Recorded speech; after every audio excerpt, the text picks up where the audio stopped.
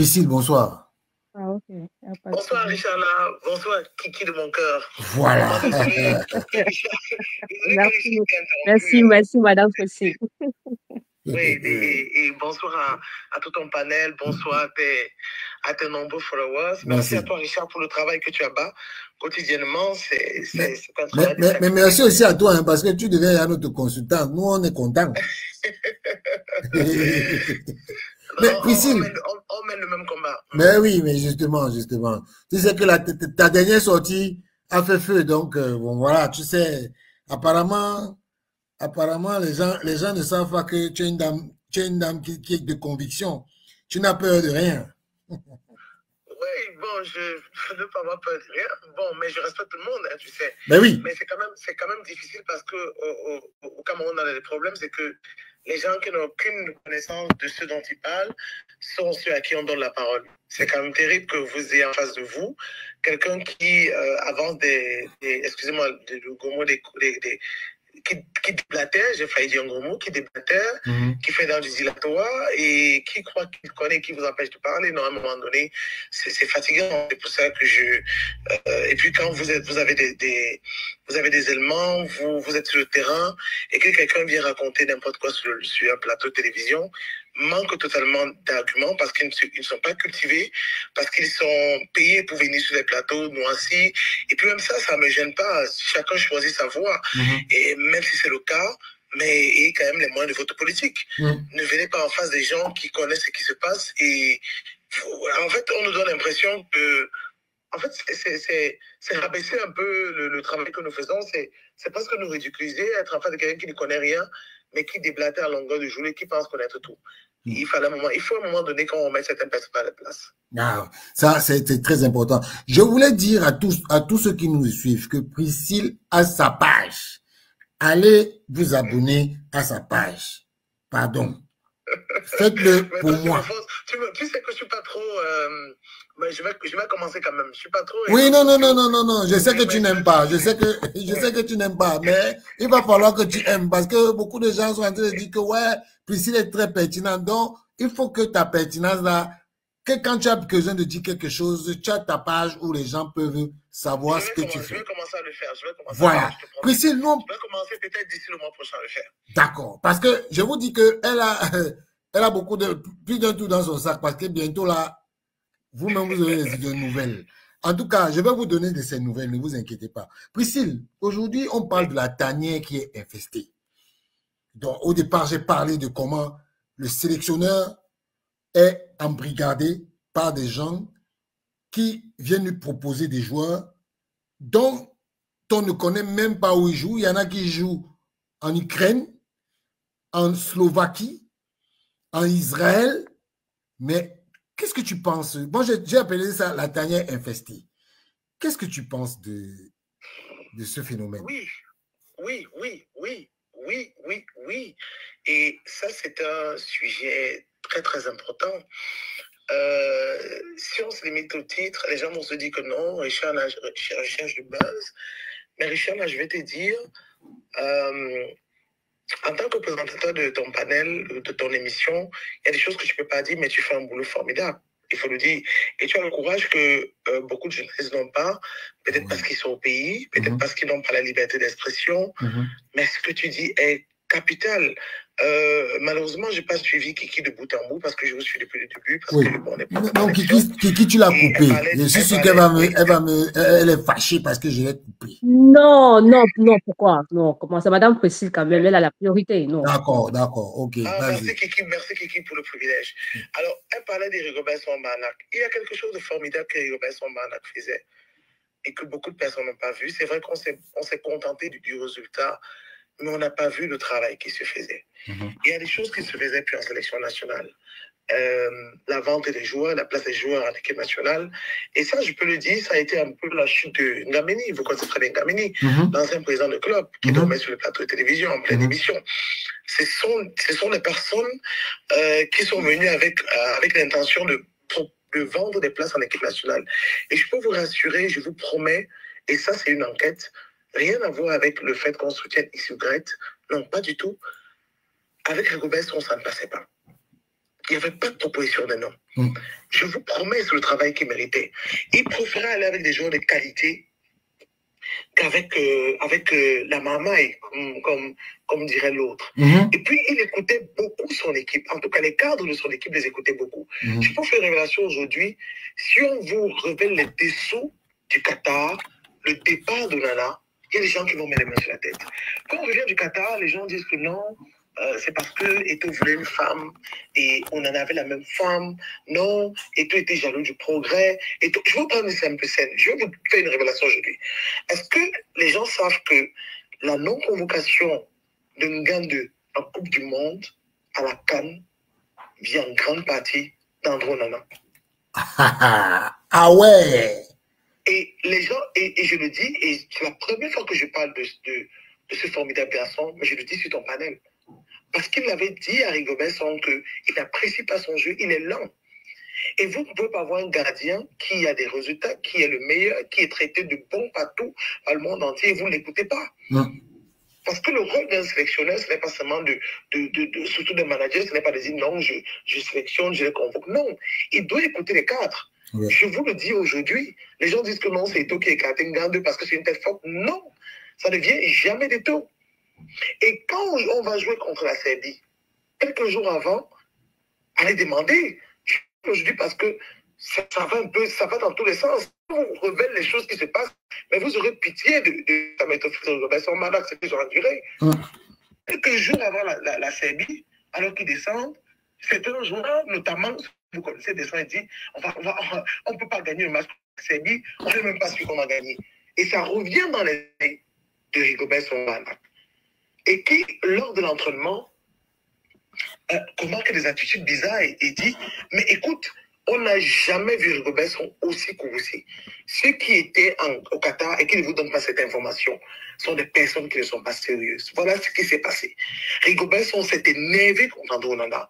Il a crié en lui disant, qu'est-ce qui t'arrive mon petit? Tu veux faire ton travail à ma place? Les veines sortaient de son cou. Et on s'est même dit qu'il allait piquer une crise. Je vous promets. Les gens qui étaient à côté de lui se sont dit, mais s'il continue, vous savez qu'il a été victime d'un AVC. Exactement. Et quand on a été victime d'un AVC, il y a des niveaux de colère, des pics de colère qu'on ne doit pas avoir. Exact. Et la seule réaction du président de la fédération, Samuel Eto'o, il a dit Andro Nana, et il a mis le doigt sur la bouche en lui demandant de se taire. Après que Rigobert Song lui est remonté les bretelles, il est monté dans sa chambre, il n'est pas descendu pendant 2 jours, et il attendait que Rigobert Song vienne lui demander des excuses. Il attendait le soutien du président de la fédération. Il allait voir le président de la fédération. Est-ce que je vous dis, je parle avec le président. Il ne m'a jamais parlé de ça. Investigation pure. Le président lui a dit non. Si tu étais mal comporté, tu vas auprès du coach et tu lui demandes les excuses. Voilà le problème du Qatar. Si quelqu'un peut se lever, même son frère Christian, c'est parce que des gens comme ça, je ne les rencontre jamais sur les plateaux. Je les déconstruis en 2-3 phrases. Même son frère Christian le sait. Il n'a jamais été question de le rabaisser. Mais c'était son bébé. Andro Nana, c'était, même à la fédération, tout le monde connaît. C'était le bébé du président. C'est son fils. Donc ça allait dans tous les sens. La maman d'Eto'o allait chercher Andro Nana à l'aéroport. Il arrivait au Cameroun. On ne vous parle pas des choses qu'il y a 10 ans. Hein. Je dis, il y a 5 ans, elle allait le prendre à l'aéroport parce que, mais c'était la famille. Donc, je vous fais une révélation comme ça pour que vous compreniez qu'il y a des choses qui ne se faisaient pas avec Rigobert Song. Beaucoup de gens disent que non, Rigobert Song n'a pas de personnalité. Non, vous ne le connaissez pas. Moi, j'ai vu les entraînements de Rigobert Song à Yaoundé, à Garoua, en Côte d'Ivoire. Mais je vous dis, mais c'est beaucoup de choses. Rigobert Song, ce n'est certainement pas ce que les gens croient. Oui, peut-être qu'il n'a pas l'expérience qu'on voudrait qu'il ait, mais on peut lui critiquer ses résultats, mais on ne peut pas critiquer la fermeté, la rigueur. À la limite, je veux dire, il est rigide dans le travail, Rigobert Song, mais souriant. Après, il est souriant. Maintenant, quand vous parlez on enlève Rigobert Song, on tombe sur Marc Brice. Pour moi, Marc Brice, ce n'est pas un entraîneur, ce n'est pas un coach.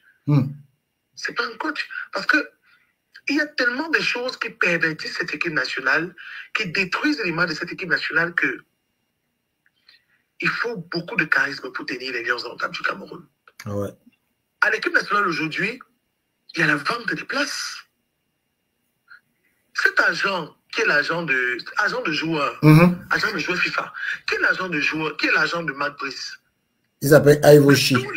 Tous les joueurs, la majorité des joueurs qui sont convoqués, mais ils sont convoqués à l'équipe nationale, ils viennent d'où? Ce sont des joueurs de cet agent de joueur. Il y a eu un scandale qui a éclaté aux États-Unis il y a quelques mois. Il a essayé d'étouffer l'affaire parce qu'il a promis, il se pourrait qu'il ait promis une place en équipe nationale, monnayant des sous. Le joueur n'a pas été convoqué. Ça va éclater. Oui. Le club même du joueur a voulu faire un grand bruit. On a étouffé l'affaire. Et je vais vous dire, quand cette histoire a commencé, cet agent, parce que je ne prononce pas les noms, il a voulu faire passer ses joueurs par la fédération parce que c'est un ami au président de la fédération. Parce que c'est quelqu'un qui a soutenu le président de la fédération pendant sa campagne. Le président lui a dit non, ça ne passera pas. Moi, je ne peux pas, je suis venu pour travailler, je ne peux pas commencer à prendre des joueurs. Je ne veux pas ça. C'est des pratiques qui ont existé, c'est des pratiques qu'on a subies. Je ne veux plus que ça existe. Les problèmes ont commencé. Aujourd'hui, avec Mabrice vous dit qu'il a une liste de 3000 joueurs. Ils sont où? Quels sont ces joueurs? Moi, j'ai assisté à une seule conférence, 2 conférences de Mabrice, oui. La conférence de presse, où c'était le semblant de paix avec les cadres du ministère. La deuxième conférence de presse, c'était l'avant-dernier match, où Mabrice publiait la liste. Quand il est d'abord à la CRTV, et ensuite il est venu auprès de la fédération, où on avait dit vendredi, puis vendredi, dimanche. Il est arrivé le dimanche. La première fois dans l'histoire du Cameroun, on ouvre la fédération dimanche. Je suis allé à Yaoundé, je suis allé suivre sa conférence de presse. Mabrice ne connaît pas ses joueurs. Moi, je lui ai parlé de Ondoa, Fabrice Ondoa. Pourquoi est-ce qu'il ne convoque pas Fabrice Ondoa? À ce moment, Fabrice Ondoa, il était performant en Europa League, en club. J'ai dit, mais pourquoi il n'essaie pas de convoquer Fabrice Ondoa? Vous savez ce qu'il a fait? Il a cherché le nom de Fabrice Ondoa dans sa liste. Je lui ai dit, non, je ne vous parle pas d'Androna, je vous parle de Fabrice Ondoa, le gardien de but que vous n'avez pas convoqué. Il me dit, non, il est bon. Moi, j'ai beaucoup d'admiration pour la génération 2017. Parce que ce sont des joueurs qui ont donné une canne alors qu'on s'y attendait pas. Exact. Et parmi ce joueur, il y a celui à gauche. Oh, comment il s'appelle? Qui est convoqué aujourd'hui, qui est le joueur de... Tu parles de... Tu parles de Faye Collins. Faye Collins. Mais Faye Collins, on a tous vu Faye Collins à la CAN 2017. On a vu Faye Collins à la Coupe du Monde. On a vu son engouement. Mais Faye Collins, depuis même à la CAN, il n'avait pas de club. Faye Collins, depuis 2 ans, c'est une navigation à vue. C'est pas ça. Pourquoi est-ce qu'on convoque Faye Collins? Vous pensez vraiment qu'il n'y a personne qu'on peut mettre à ce poste? Pourquoi est-ce qu'on convoque Faye Collins? Parce qu'on veut trouver un club à Faye Collins. Parce que Ivo est l'agent de joueur de Faye Collins. Parce qu'on sait que la convocation de l'équipe nationale fait foi d'un test dans un club. Et Faye Collins n'a pas de club depuis. Et qu'on le dit, ce n'est pas parce qu'on déteste des joueurs, hein, non. C'est une réalité. C'est une réalité. Je suis désolé. Monsieur Marc Brice, aujourd'hui, a totalement laissé la tanière des Lions Indomptables à la merci de cet agent de joueur. Je suis désolé. C'est lui qui convoque.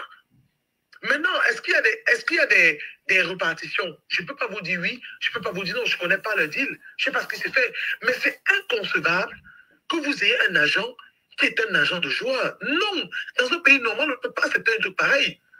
On ne peut pas l'accepter. Il y a vice de procédure quelque part, on ne peut pas l'accepter. Oui. Vous ne pouvez pas être sélectionneur national d'un pays et vous êtes agent de joueurs et vous vendez des joueurs. Et vous avez déjà proposé des joueurs dans cette équipe nationale. Ce n'est pas possible. Cette équipe est totalement infestée. Je vais vous dire, Yaoundé, quand ils ont dit, OK, on récupère l'équipe, il y a eu l'embrigo, je veux le dire ainsi, entre le MINSEP et la FECAFO. Vous vous rappelez quand il y avait les joueurs de la fédération, il y avait les joueurs du MINSEP, il y avait la gendarmerie. Vous vous rappelez ce rassemblement? Exactement, oui. Mais les joueurs se sont levés. Certains se sont levés pour dire à l'autre camp de joueurs qui avaient décidé que non, désormais c'est eux que, mais arrêtez. Ce qui a voulu se faire, c'est qu'on a voulu enlever toutes les têtes fortes de l'équipe nationale pour laisser l'enfant chéri aujourd'hui de l'équipe nationale gérer. Et ça, beaucoup de personnes ne le savent pas. Et il y a Bassovok qui s'est levé. Je vais citer quelques noms. Il y a Bassovok, il y a le joueur de Naples, là. Zambo Anguissa. Zambo Anguissa, autant pour moi, qui ont dit, mais non, tu arrêtes. Nous, on est là pour jouer. On ne va pas rentrer dans vos guéguerres qui nous apportent rien. Nous, on veut juste jouer. Tu arrêtes tes manigances. Qui a financé la campagne de Marbrice en Europe? Mais... Qui a financé la campagne de Marbrice en Europe? Quand vous êtes un sélectionneur, je vous pose une question, Richana. C'est vrai que c'est vous qui posez la question. Quand vous êtes un sélectionneur et que un joueur finance votre tournée en Europe, vous pensez que vous pouvez parler à ce joueur? Vous pensez que vous pouvez lui dire que monsieur, j'estime que tu n'es pas bon, tu t'attends? Vous pensez ça réellement? Non, vous ne pouvez pas. C'est ça aujourd'hui l'équipe nationale du Cameroun. C'est ça. C'est ça aujourd'hui l'équipe nationale du Cameroun. Et je vais vous dire, les victoires qu'on a aujourd'hui, merci parce que nous sommes contents, on a des victoires.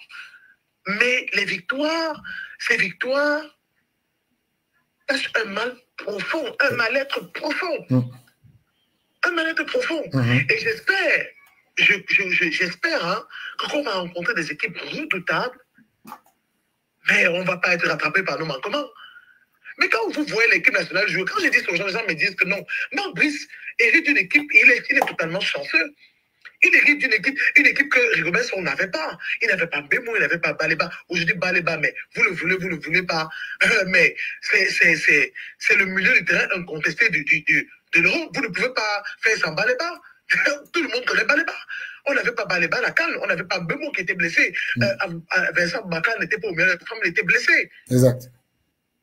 Donc, vous avez ces joueurs qu'on a aujourd'hui qui sont un peu revanchards, qui se réveillent, qui mouillent le maillot. Et donc, qui aident le coach à la même occasion, qui le porte aussi, il faut le dire. Exact. Qui le porte aussi. Parce que ce qu'on ne sait pas, c'est que Marbrice aussi, mais on peut critiquer, il est un bon manager. C'est-à-dire qu'il laisse beaucoup de liberté aux joueurs. Et ça, les joueurs aiment ça. Donc, il est un peu soutenu par les joueurs. Il ne faut pas le nier. Hein. Oui. Il a un soutien des joueurs. Oui. Surtout si vous ramenez des joueurs, forcément, vous aurez... voilà, ils vous sont redevables. Mais il y a tellement de mots qui minent cette tanière des Lions du Cameroun. Elle est totalement infestée. Et puis, on a un problème dans cette équipe nationale. Et c'est un problème qui est perdu depuis des années. C'est pas maintenant. C'est qu'on aime tellement des victoires, mais on ne travaille pas le fond de jeu. Exact. Aujourd'hui, quand vous avez une équipe du Sénégal qui a 3 équipes qui se valent, que ce soit l'équipe A, l'équipe B, l'équipe C qui est sur le banc de touche, des équipes qui se valent, c'est parce qu'il y a eu un travail dans le fond. C'est parce qu'ils ont préparé le football jeune. Ils ont préparé la relève. Et il y a des jeunes qui sont montés et qui peuvent rivaliser avec ceux qui étaient là avant. C'est parce que vous mettez un remplaçant au Sénégal, vous faites des remplacements, vous avez l'impression que le système de jeu n'a pas changé. Parce que les joueurs, il y a eu un travail, une construction qui a été faite.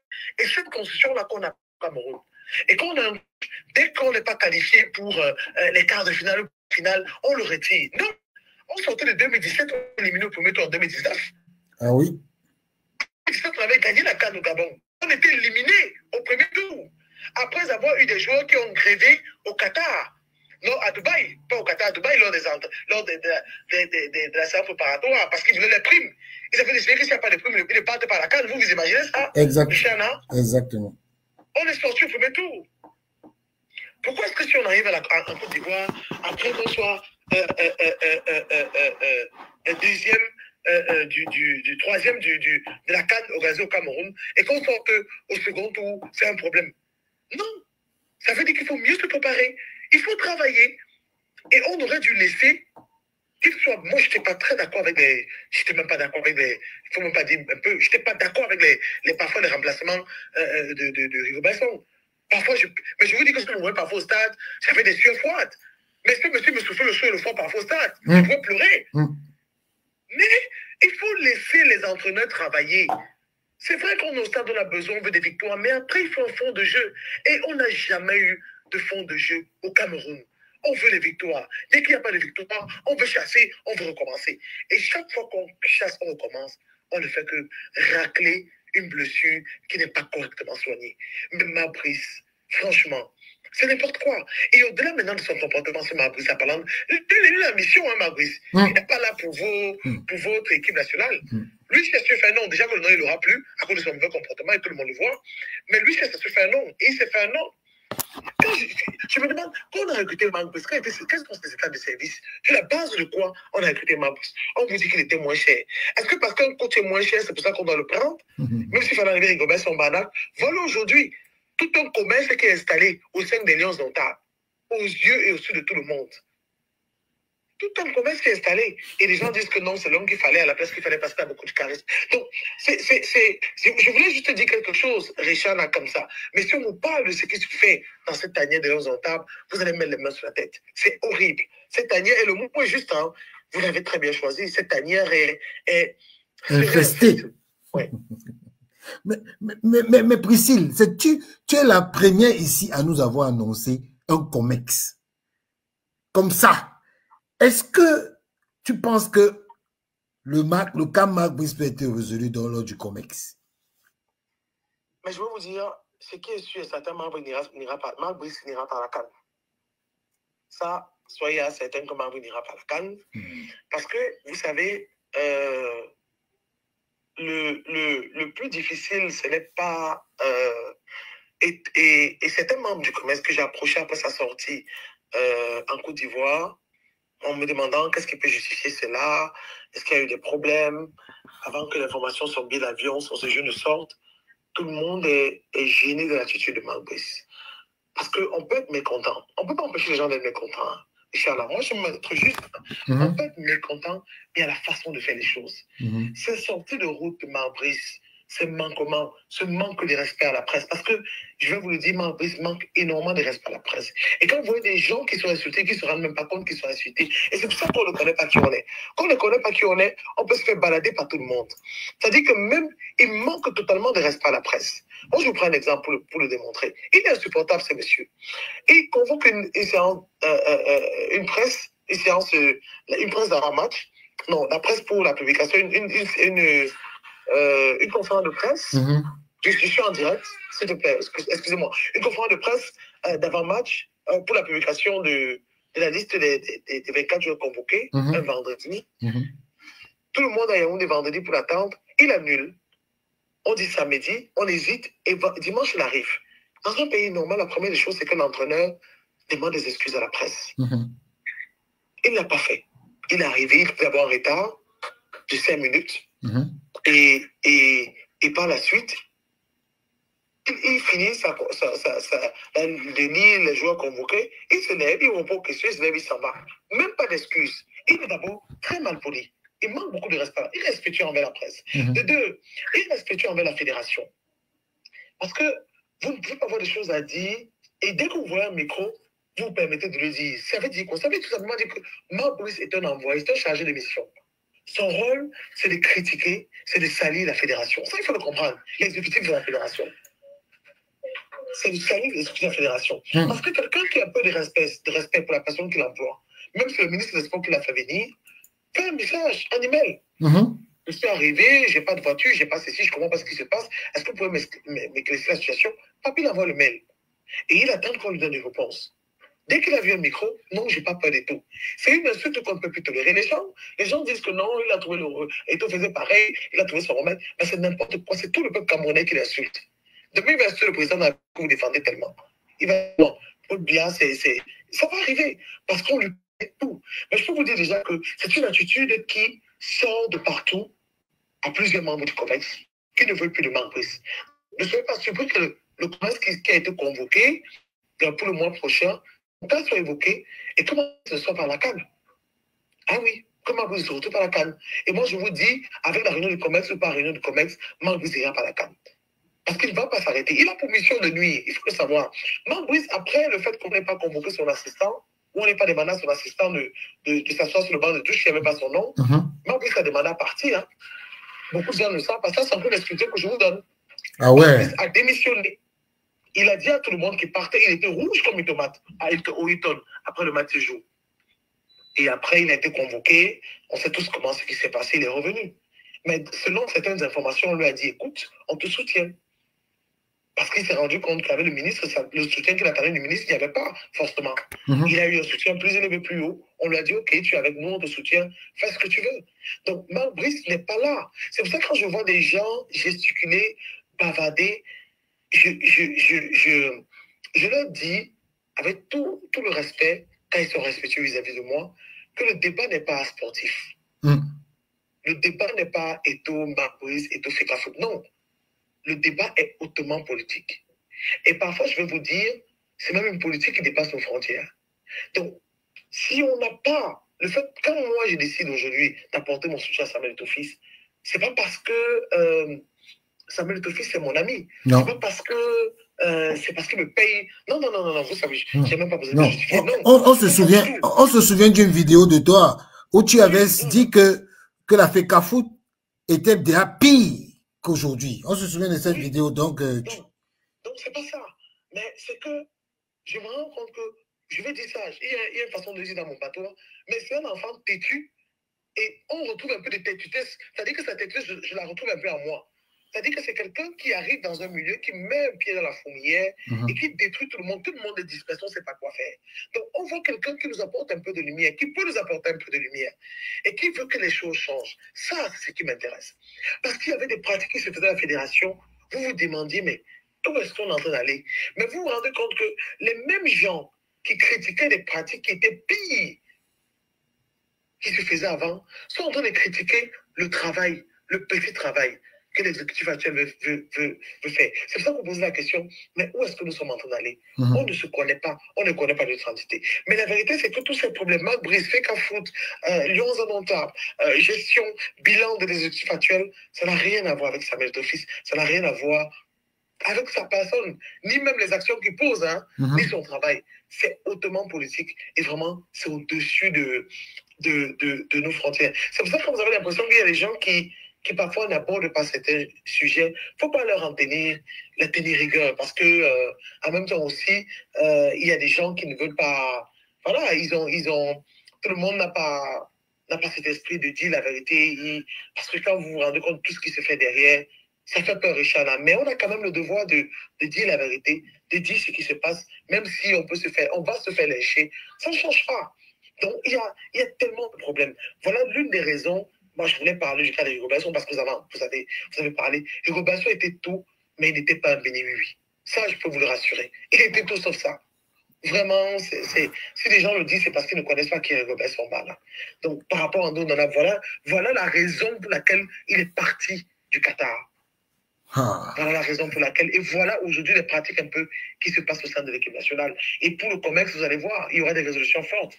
Si elles ne sont pas appliquées après la sortie du COMEX, mais je peux vous rassurer que Marc Brice, on ne peut pas confirmer. Marc Brice, il se pourrait qu'il se retrouve au Qatar. Ça c'est... Au Maroc, au Qatar. Tu as dit au Qatar, au Maroc. Mais Priscille, une dernière question. Pour toi, quelle est la solution aujourd'hui pour que la tanière ne soit plus infestée? Quelle est la solution? Une équipe nationale a toujours besoin d'identité, a toujours besoin de retrouver ses marques, mais elle a besoin de rigueur aussi. Vous savez, les jeunes, le problème quand il y a des guerres comme celle qui a, ces conflits, c'est mieux dit ainsi, les conflits au sein de la sélection nationale, c'est parce qu'il y a des clans qui se forment. Et quand les clans se forment, ça veut dire qu'il y a des têtes fortes qui sont là depuis des années. Il y a comment on dit, l'ancienneté parle pour eux. Parce qu'avec du temps, on prend du volume, on prend du galon. Vous comprenez? Quand un joueur a déjà fait 15 ans dans une équipe nationale, vous le voulez, vous ne voulez pas, il a le droit de parler. Ce n'est plus un joueur qui a fait 2 ans. Et surtout s'il a une carrière internationale et qu'il veut un grand club, que vous le voulez, que vous ne le voulez pas, il a le droit de parler, il a le droit de... Et pour ça, il faut un entraîneur qui a la capacité de dire oui, vous êtes ici parce que vous êtes cadre, mais vous êtes surtout là par rapport au talent et ce que vous pouvez apporter. Quand on ne fait pas la différence entre ce qu'un joueur peut apporter en termes de jeu pour son équipe, surtout l'équipe nationale, on est totalement perdu. Vous voyez ce que je veux dire? Et le problème de l'équipe nationale aussi, c'est que quand ces joueurs pensent que les places sont assurées, ne sont pas bousculés par la concurrence. Et là, c'est le travail des entraîneurs. C'est-à-dire que si vous êtes un milieu de terrain, vous avez vu comment Baleba a secoué Zamwanguissa? Oui. Vous avez vu comment sa façon de jouer a totalement changé en équipe nationale? C'est ça. Parce qu'un jeune peut arriver, il ne vous manque pas de respect, mais quand il entre sur le terrain, il vous fait comprendre que si vous vous amusez, vous allez perdre votre place. Vous allez perdre votre pression à l'équipe nationale. Et ça ne manque pas. Ça paye cash. Le talent ne manque pas. Mais vous vous rendez compte qu'en équipe nationale, il n'y a pas véritablement de système de relève. C'est-à-dire qu'il n'y a pas des jeunes qui se préparent pour la relève sont toujours les mêmes. C'est comme sur le football camerounais, où le football des Lions, les Lions notables, c'est limité à 22 joueurs qui sont déjà connus. Donc, ce moment, si on ne vient pas en équipe nationale, on ne peut pas gagner. Si Vincent Baka ne vient pas, on ne peut pas gagner. Non. Il faut qu'on prépare la relève. Et ça aussi, la fédération doit mettre un accent sur l'évolution. On a les U20, on a les U23, on a les A', on a les juniors, on a les seniors. On a une génération des juniors, je crois, de 2018 et 2020, mais c'était magnifique ce que ces gars nous proposaient. La même génération que les Sénégalais avec qui on a joué, contre qui on a joué à la CAN. Tous ces jeunes-là venaient de cette même génération. Mais les nôtres sont où? Où sont les joueurs de cette CAN qui ont gagné la CAN 2018 là? Ils sont où? La CAN junior. On n'en parle pas. On ne sait pas où ils sont. Il n'y a pas eu de suivi. Et c'est ça le problème de cette équipe nationale. C'est qu'on convoque des gens, on cherche toujours les produits finis. C'est vrai qu'on n'est pas formé en équipe nationale. Ça, c'est vrai. On sélectionne les joueurs qui sont bons et on les amène. Mais il faut quand même préparer une relève. Il faut sélectionner les moins bons qui ont une certaine évolution pour qu'ils puissent remplacer les bons. Ça, c'est le problème. Mais surtout, il faut un joueur, il faut un entraîneur charismatique dans cette équipe. Il faut quelqu'un qui puisse dire à un joueur, tu es bon, tu es fort, mais si je ne veux pas ce que je te demande de faire, je te mets au banc. Et c'est déjà arrivé. José Mourinho a mis Samuel Eto'o fils au banc qu'il arrive à Chelsea. Il lui a dit, tu ne vas pas jouer attaquant, tu vas jouer défenseur. Tu es en arrière. Et il a obtempéré. Tu ne veux pas obtempérer, monsieur, tu es sur le banc. Il y a des façons de se faire respecter. C'est tout. Donc, et c'est ça aujourd'hui qui nous manque véritablement. Un entraîneur qui dit, on ne me propose pas de joueurs. Je ne veux pas vos joueurs. J'aime mes joueurs et je les fais convoquer. Mais sur 70%, s'il y a 100 joueurs qui sont convoqués à l'équipe nationale, 65% sont proposés. Parce que tout le monde veut vendre son joueur. Tout le monde veut que son joueur soit vu. Parce que, qu'on le veut ou non, hein, les compétitions africaines, ce sont des vitrines pour les joueurs. Ça, c'est une vérité. Vous ne pouvez pas avoir un joueur qui brille à la CAN, qui, au sortir de la CAN, n'a pas un club. On a vu ça avec Abou Sandoa. Même Mumbanya. On a vu ça qu'avec eux. C'est quand même... Mumbanya aussi n'a pas beaucoup joué. Vraiment, il n'a pas brillé à la CAN. Vraiment. Non, je veux dire que Mumbanya a été recruté quand il est devenu international camerounais et il a joué pour la CAN. Voilà. Oui. Voilà. Donc, c'est ça. Il faut... Et c'est ça. Donc, vous ne pouvez pas avoir un joueur qui arrive en équipe nationale, qui joue 2-3 matchs et qui trouve pas de club. C'est impossible. Même s'il faut qu'il a joué en deuxième division, il va trouver un club en deuxième division. C'est pas possible. Donc, l'équipe nationale apporte une visibilité. C'est pour ça que des joueurs tuent pour aller à l'équipe nationale. Parce que ça apporte une visibilité énorme, tant pour les équipementiers que pour les joueurs. Hein.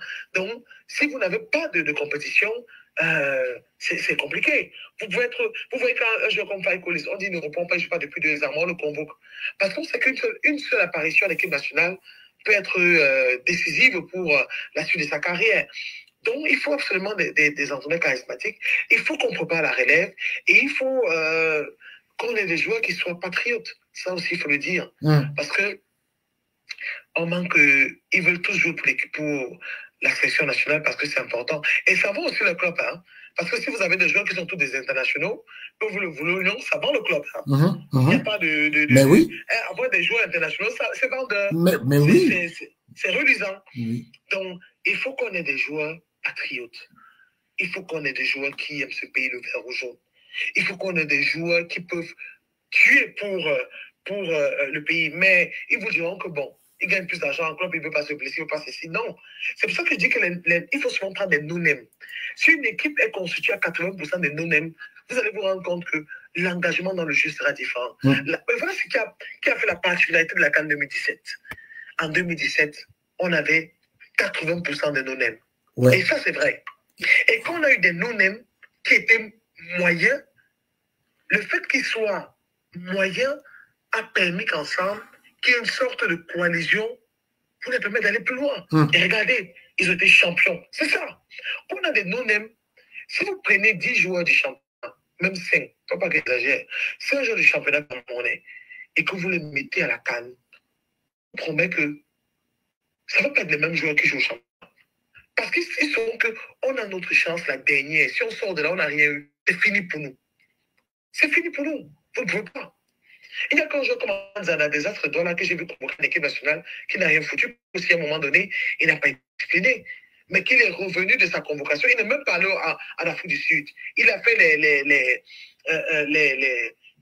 la préparation avec l'équipe nationale.